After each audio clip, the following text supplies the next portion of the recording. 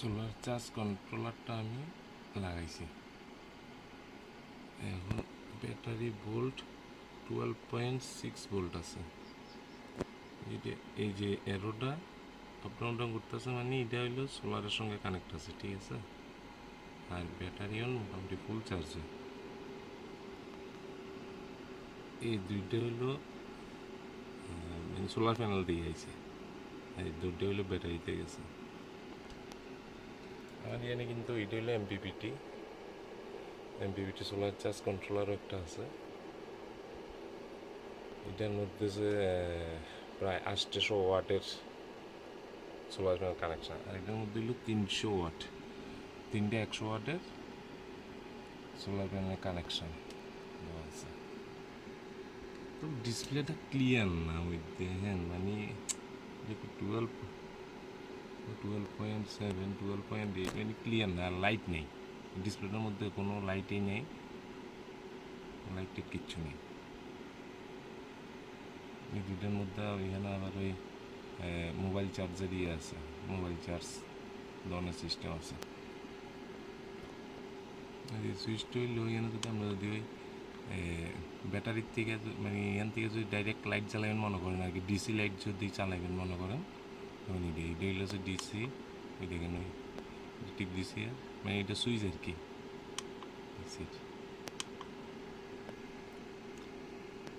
আচ্ছা, আর প্রচণ্ড হিট হয়ে যেতেছে, প্রচণ্ড হিট হয়ে যেতেছে। 300 ওয়াটও, মানে 300 ওয়াট সোলার প্যানেলের মধ্যে প্রচণ্ড হিট হয়, এটা প্রচণ্ড গরম হয়ে গেছে। কয়দিন জানি লাস্টিং করবো।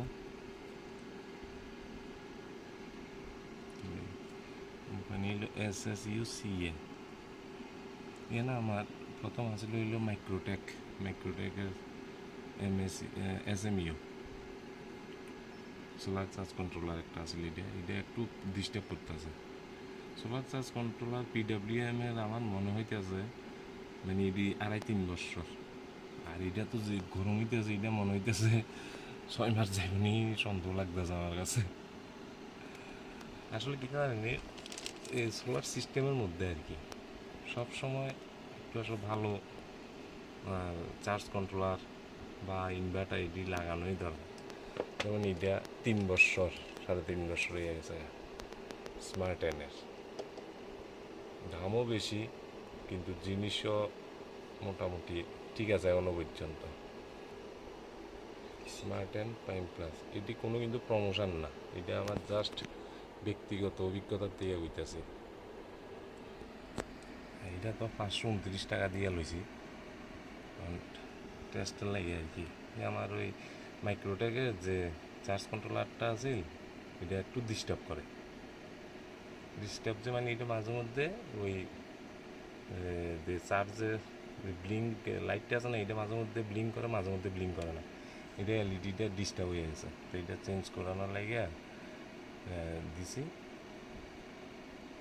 এইটা একটা লাগাইছি আর কি, এটা না আপাতত একটা লাগাই। কিন্তু এটা তো যে গরম হয়, প্রচণ্ড গরম হয়ে যায়।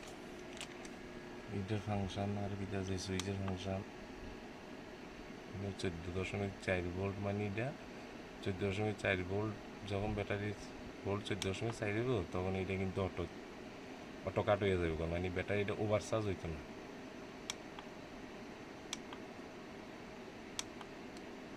এটা হইলো ডিপ, মানে ব্যাটারি যখন 10.7 ভোল্ট আইবে অটোমেটিক কাট হয়ে যাবে।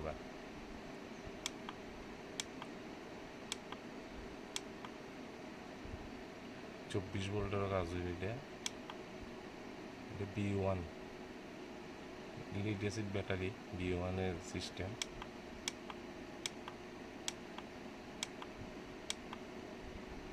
এই যে বর্তমান ব্যাটারি কতটুকু চার্জ আছে, 12.7। এটা হলো 14.4 হইলে যখন ব্যাটারি ফুল চার্জ হইল তখন অটোমেটিক কাট হয়ে যাবে। আর ব্যাটারি যখন 10.7 টাকা করবো তখন অটোমেটিক কাট হয়ে যাবে। সবই ঠিক আছে, কিন্তু প্রচণ্ড গরম হয়ে গেছে, প্রচণ্ড গরম হয়ে যায়, প্রচণ্ড গরম।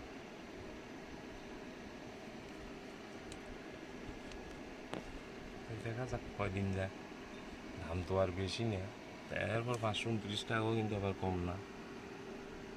টাকা টাকাটা তো আসলে একটা খুবই মূল্যবান জিনিস, ঠিক আছে না? আর এটি প্লাস্টিক বডি পিছনে শুধু যে একটা ইয়ে আছে, একটা হিট সিঙ্কের মতো একটা পাত আছে আর কি, পাতলা পাত, এটা আর একটু ভারী দিলেই হইতো।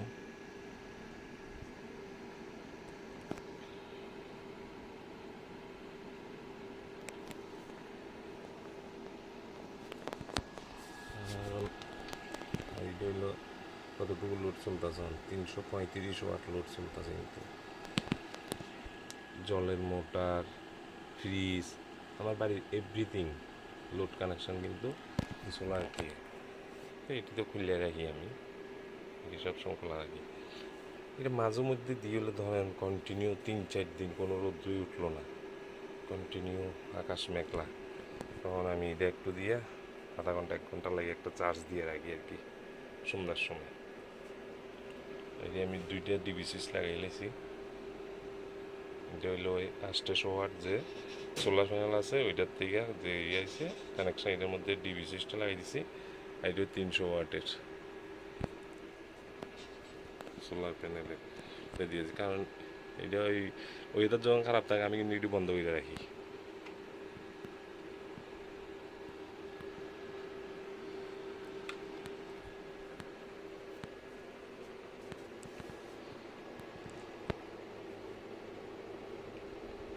আটশো 28 ইউনিট, এটার মধ্যে আবার কত ইউনিট মানে সেভ হয়েছে এটা উঠে, কিন্তু কত ইউনিট সোলার থেকে উৎপন্ন হয়েছে এটাও দেখা দেয়।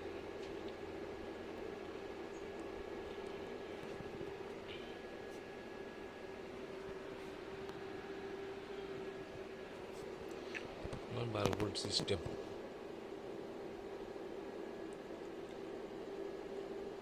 30%। এটা হলো 12 ভোল্ট আইলে অটোমেটিক 12 ভোল্টে সোলার পাওয়ার। যেমন সোলার থেকে এটা চলে 21 এম্পিয়ার, 23 এম্পিয়ারের ব্যাটারি চার্জ হইতেছে। আমার দুইটা ব্যাটারি প্যারালাল কানেকশন, দুইটা ব্যাটারি প্যারালাল কানেকশন করে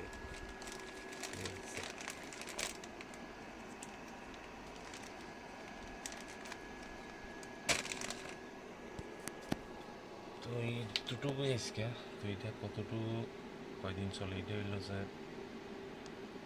মেন ব্যাপার আর কি।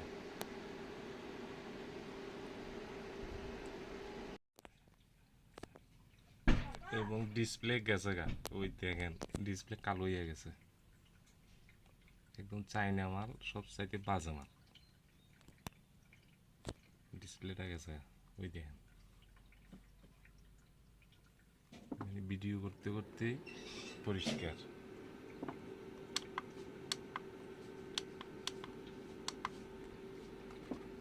এইসব 2 নাম্বারই মাল কখনোই কিনবেন না, চাইনা মাল নেবেন না, নইলে ব্র্যান্ডেড মাল নেবেন। কিন্তু ইউটিউবে অনেক ভিডিও পাইবেন লেডিসে সব প্রমোশন করে, হ্যাঁ খুব ভালো টুকা, কিন্তু একদম বাজে, খুবই বাজে ডিসপ্লে গেছে, কোনো কাজও মনে করতেছে না, কাজ করতেছে না।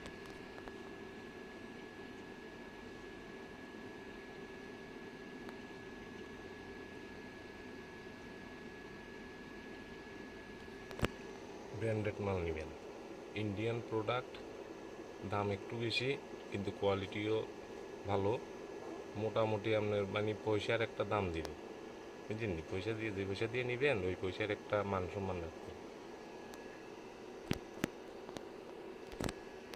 এইটা আমি তো গতকালকেই নিছি, এখন আজকে আবার রিটার্ন করতে হইল।